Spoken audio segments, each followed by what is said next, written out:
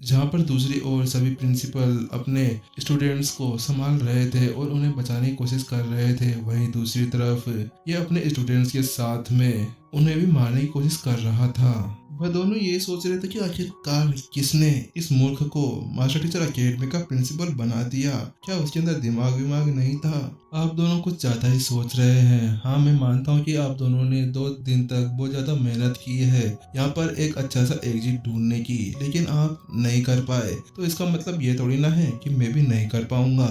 नितिन अपना सिर हिलाता है और उन दोनों को इग्नोर करते हुए अब वह सील की तरफ बढ़ने लगता है। जैसे ही नितिन उस सील के पास में गया, वहां पर बैठे हुए कुछ स्टूडेंट जल्दी से खड़े हो गए और वो नितिन को सम्मान देने लगे और उनकी आंखों के अंदर उत्सुकता देखी जा सकती थी। और नितिन को आने के बाद में अब उनके अंदर एक और खुशी की लहर दौड़ चुकी थी। अब उन्हें विश्वास हो गया था कि अब यहाँ पर कुछ और नया चमत्कार भी होने वाला है। उनको अपनी ओर देखते हुए नितिन ने कहा, तुम सभी बहुत ही अच्छी मेहनत कर रहे हो।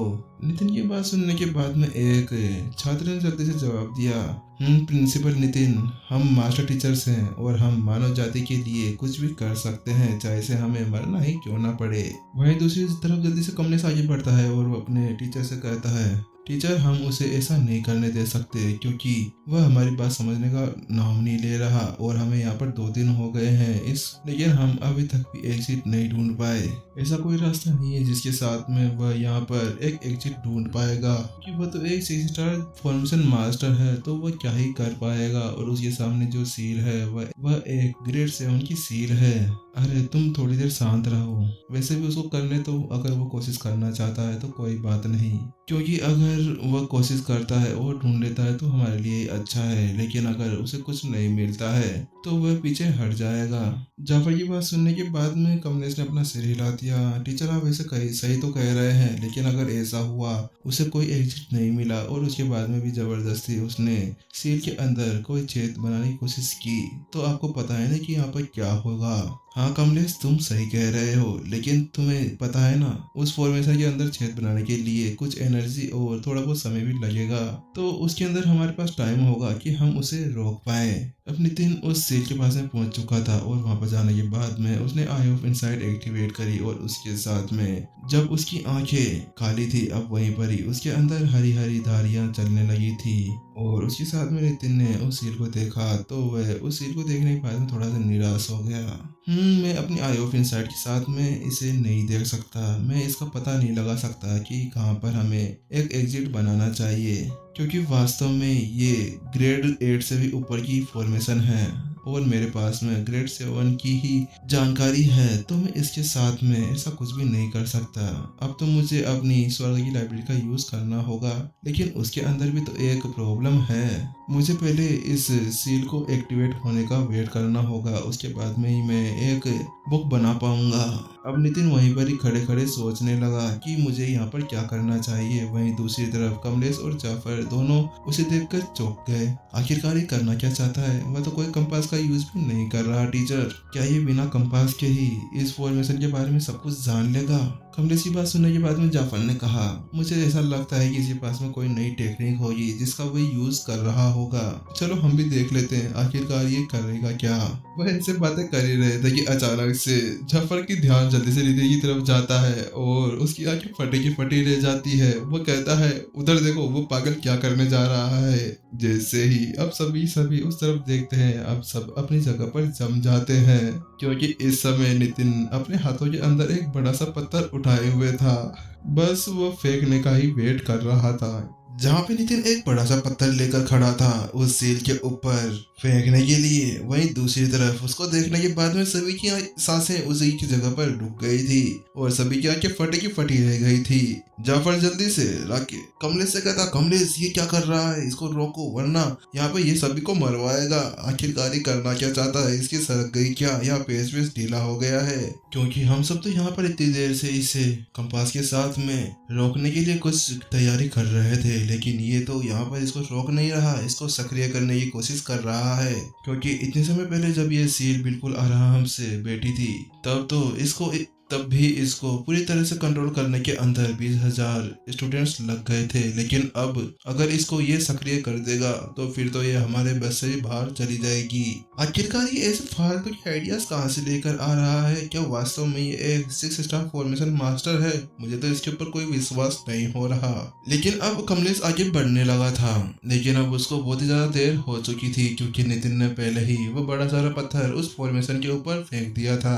हालांकि इतने सारे बड़े पत्थर को गिरने के बाद में भी सील के अंदर कुछ भी नहीं हुआ था। वह वैसे के वैसे ही अपनी जगह पर खड़ी थी और ये देखकर कि उससे ज्यादा कुछ नहीं हुआ है। फॉर्मेशन मास्टर जाफर और फॉर्मेशन मास्टर कमलेश दोनों ने एक राहत की सांस ली। आखिरकार वह इतना ज्यादा करीबी मामला जो था, उनकी तो सांस ही गले के अंदर आकर अटक गई थी। किसी भी पर उन्हें यहीं पर ही हार्ट अटैक आ जाने वाला था। वो तो खुशकिस्मती बात थी कि ऐसा कुछ नहीं हुआ। मुझे ऐसा लगता है कि ये सील केवल जिंदा चीजों के संपर्क में आने के बाद में ही एक्टिवेट होती है। चलो, ये तो एक अच्छी बात हो गई, अन्यथा कोई यहाँ पर सोच भी नहीं सकता था कि यहाँ पर सभी का क्या हाल होने वाला था, क्योंकि ये सील आखिरकार उस नीचे स्थित सारी ऊर्जा से निर्मित है और उसी के ऊपर ये टिकी हुई है। वरना यहाँ पे अगर कुछ और होता तो ऐसा हो सकता था कि उसके नीचे जितनी भी सील और फॉर्मेशंस लगी हुई है वह सभी सक्रिय हो जाती और उसके बाद में यहाँ पर तबाही मच जाती। यहाँ पर सभी को राख कर दिया जाता।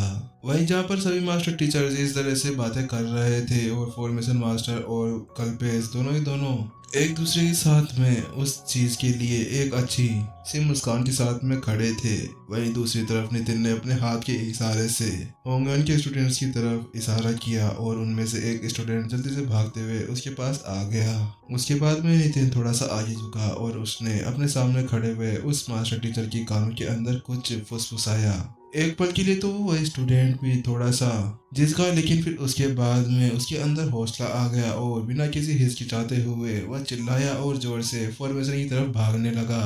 वहीं दूसरी तरफ इसकी कल्पना न करते हुए कि अब नितिन ऐसा कोई मूव भी कर सकता था, वह अपने ही स्टूडेंट को इस तरह से जोखिम के अंदर डालकर उसकी जान के ऊपर खतरा ला सकता था। कल्पेश और जाफर दोनों की सांस अपनी ही जगह पर अटक गई। उनको बहुत ही ज्यादा घुटन महसूस हो रही थी। लगभग वह वहीं पर ही बेहोश होने वाले थे। वह सोच रहे थे कि आखिरकार हम लोग यहाँ पर कहाँ पे आके फंस गए। आज तो हमारे ऊपर एक के बाद में एक बिजलियां गिर रही है। क्या ये वाकई में पागल हो गया है क्या? हाँ ठीक है, हमने मान लिया कि ये तो पागल है, लेकिन क्या इसका स्टूडेंट भी इतना ज्यादा पागल है जो इसकी बातों के अंदर आने के बाद में उस फॉर्मेशन की तरफ भागने लगा? हाँ पता है कि उसके साथ में फॉर्मेशन को एक्टिवेट किया जा सकता है, लेकिन जैसे ही फॉर्मेशन एक्टिवेट होगी उसकी जान वहीं पर ही चली जाएगी। उस नजारे को देखने के बाद में कल्पेश तो पूरी तरह से चौंकी गया था और दूसरी तरफ जाफर को अब गुस्सा आने लगा था। वह पूरी तरह से आग बबूला हो गया था, क्योंकि वहीं दूसरी तरफ कुछ ऐसे मास्टर टीचर्स होते थे जो अपने स्टूडेंट को ऐसी हरकतें बिल्कुल भी नहीं करने को कहते थे। वह उन्हें अपने बच्चों की तरह मानते थे। और इधर इसको देखो, ये अपने ही स्टूडेंट का यूज करते हुए सील का परीक्षण कर रहा है। लेकिन अब जाफर खुद को नहीं रोक पाया और वह जोर से चिल्लाया, वहीं रुक जाओ। और वह भी अब जल्दी से उस स्टूडेंट को रोकने के लिए आगे दौड़ पड़े। लेकिन वहीं दूसरी तरफ अचानक से नितिन ने कुछ प्रतिक्रिया की और अपना हाथ उठाते हुए अपने हाथों के अंदर से जंजीरें बाहर निकाल ली। वह जंजीरें उसकी एनर्जी से बनी हुई थी और वह उस स्टूडेंट की तरफ भागने लगी जो अभी उस सील की तरफ भाग रहा था और उसको पूरी तरह से लपेट लिया।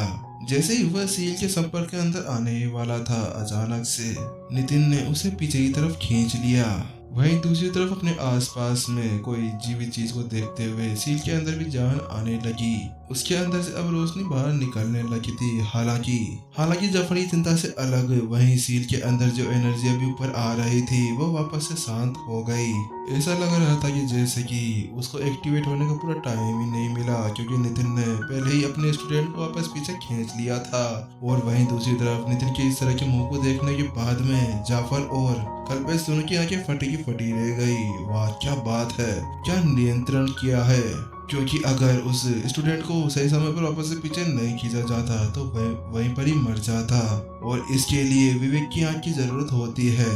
क्योंकि उसके लिए हर एक कैलकुलेशन करनी होती है। अगर एक या नैनो सेकेंड भी ज़्यादा देर हो जाती तो वह शायद वहीं पर ही मर जाता। उन दोनों को पता चल गया था कि इन दो दिनों के अंदर उन्होंने जो उपलब्धि हासिल की थी वह तो इसके सामने कुछ भी नहीं थी। और इससे महत्वपूर्ण बात है छात्र और प्रिंसिपल के बीच में एक प्रभावशाली टीम वर्क और साथ में स्टूडेंट का अपने टीचर के ऊपर इतना ज़्यादा विश्वास, क्योंकि इस फॉर्मेशन की तरफ भागते हुए बिल्कुल स्थिर रहना यही दिखाता है कि वह उसके ऊपर कितना ज़्यादा विश्वास करता है। और केवल एक ही बोली के अंदर कि उसको उस तरफ जाना है तो वह उस तरफ बिना किसी हिचकिचाहट के भाग गया। उसने सामने वाले से कोई सवाल भी नहीं किया कि उसके साथ में कुछ भी हो सकता था, क्योंकि अगर जाफर खुद भी अपने स्टूडेंट को, जो कि उसका डायरेक्ट स्टूडेंट का, उसको इसके लिए बोलता तो इसकी अधिक संभावना थी कि वह ऐसा नहीं करता। ऐसा नहीं था कि फॉर्मेशन मास्टर कल्पेश को जाफर के ऊपर बिल्कुल भी भरोसा नहीं था, लेकिन वह किसी भी अंधविश्वास के ऊपर भरोसा नहीं करता। स्टूडेंट को वापस से पीछे खींच रही बात में नितिन अब फिर से एक गहरी सोच के अंदर चला गया। और वहीं उसे ये देखकर कि अब नितिन वापस से एक गहरी सोच के अंदर चला गया है, सभी ने कहा अब ये इसे क्या हो गया, अब ये क्या सोच रहा है। लगता है इसके दिमाग के अंदर अब कुछ और नया तरीका आने वाला है हम लोगों को परेशान करने के लिए, क्योंकि जब से ये यहाँ पर आया है बस हमें परेशानी करे जा रहा है। फिर एक क्षण बाद नितिन अचानक से अपनी आंखें खोलता है और वह पवेलियन मास्टर आदर्श की तरफ पलटता है और उनसे कहता है, पवेलियन मास्टर आदर्श, मैंने आपको जो कहा था आपने वो कर दिया। मैंने आपसे कहा था ना मुझे ग्रेड 7 की फॉर्मेशन फ्लेक्स चाहिए, क्या आपने उसका जुगाड़ कर लिया है? हाँ प्रिंसिपल नितिन, मैंने कर लिया है। उसके बाद में पवेलियन मास्टर आदर्श ने अपनी स्टोरी रिंग के अंदर से ग्रेड 7 के फॉर्मेशन फ्लेक्स बाहर निकाल लिए, क्योंकि वह एक मास्टर टीचर होने के साथ में उनके पास में फॉर्मेशन का प्रोफेशन भी था, इसीलिए उनके पास में ये होना तो आम बात थी। पवेलियन मास्टर आदर्श से वह झंडा लेने के बाद में वह जल्दी से अब फॉर्मेशन की तरफ जाने लगा बिना किसी हिचकिचाहट के। उसी के साथ में जमीन के ऊपर एक जोरदार पैर मारने के बाद में वह हवा के अंदर चला गया। अब वह उस सील के ऊपर चला गया था। वहीं दूसरी तरफ नितिन को ऐसे हवा के अंदर उड़ते हुए देख जल्दी से जाफर ने कहा, ये बंदा पागल हो गया है, ये वहाँ पर फॉर्मेशन को लगाने के लिए एक सही जगह ढूंढ रहा है। कल्पेश जल्दी करो, ये पागल हो गया है, इसको रोको, वरना आज ये हम सब की यहीं पे समाधि बनाकर ही मानेगा। ये देखते हुए कि नितिन उन सभी से बिना किसी परमिशन के या उनसे कोई चर्चा किए बिना ही अब वहां पर जाकर वो फॉर्मेशन फ्लैग्स लगाने लगा है, जाफर तो पूरी तरह से सदमे के अंदर ही चला गया था। वहीं कुछ दूर खड़ी हुई प्रत्युषा मन ही मन में सोच रही थी, अरे नितिन मान जा, वो बेचारे मर मर जाएंगे, तुम नहीं सुधरने वाले, हर बार किसी न किसी को झटका देते रहते हो। आदर्श के भी यही रिएक्शन थे। मुझे पता था प्रिंसिपल नितिन ऐसा कुछ जरूर करेंगे, मैंने दिलीप को कहा था कि मैं इनको थोड़ा समझा के लाना। पवेलियन मास्टर आदर्श जल्दी से अब हेड दिलीप की तरफ देखते हुए उससे टेलीपैथी से कहते हैं, हेड दिलीप मैंने तुमसे कहा था ना, इनको समझा के लाना था, मुझे पता था ये ऐसा जरूर कुछ ना कुछ करेंगे, क्योंकि ये हमेशा ही ऐसा करते हुए आते हैं। हेड दिलीप ने सिर हिलाते हुए कहा, हाँ पवेलियन मास्टर आदर्श, मैं समझ गया आप क्या कहना चाहते हैं, लेकिन इसमें मैं भी कुछ नहीं कर सकता, क्योंकि सीनियर नितिन है ही ऐसे, ये हमेशा कुछ ना कुछ गड़बड़ी करते ही रहते हैं और हमेशा किसी न किसी के दिल के ऊपर चोट करते ही रहते हैं। जो भी इनके पास में नया नया आता है वह तो इस तरह से परेशान होता ही है। वह तो आपको वैसे भी एक्सपीरियंस हो ही गया होगा जब आप पिछली बार सीनियर नितिन से मिले थे। और इस बार ज्यादा बड़ी बात नहीं है, इस बार फॉर्मेशन मास्टर जाफर की बारी है।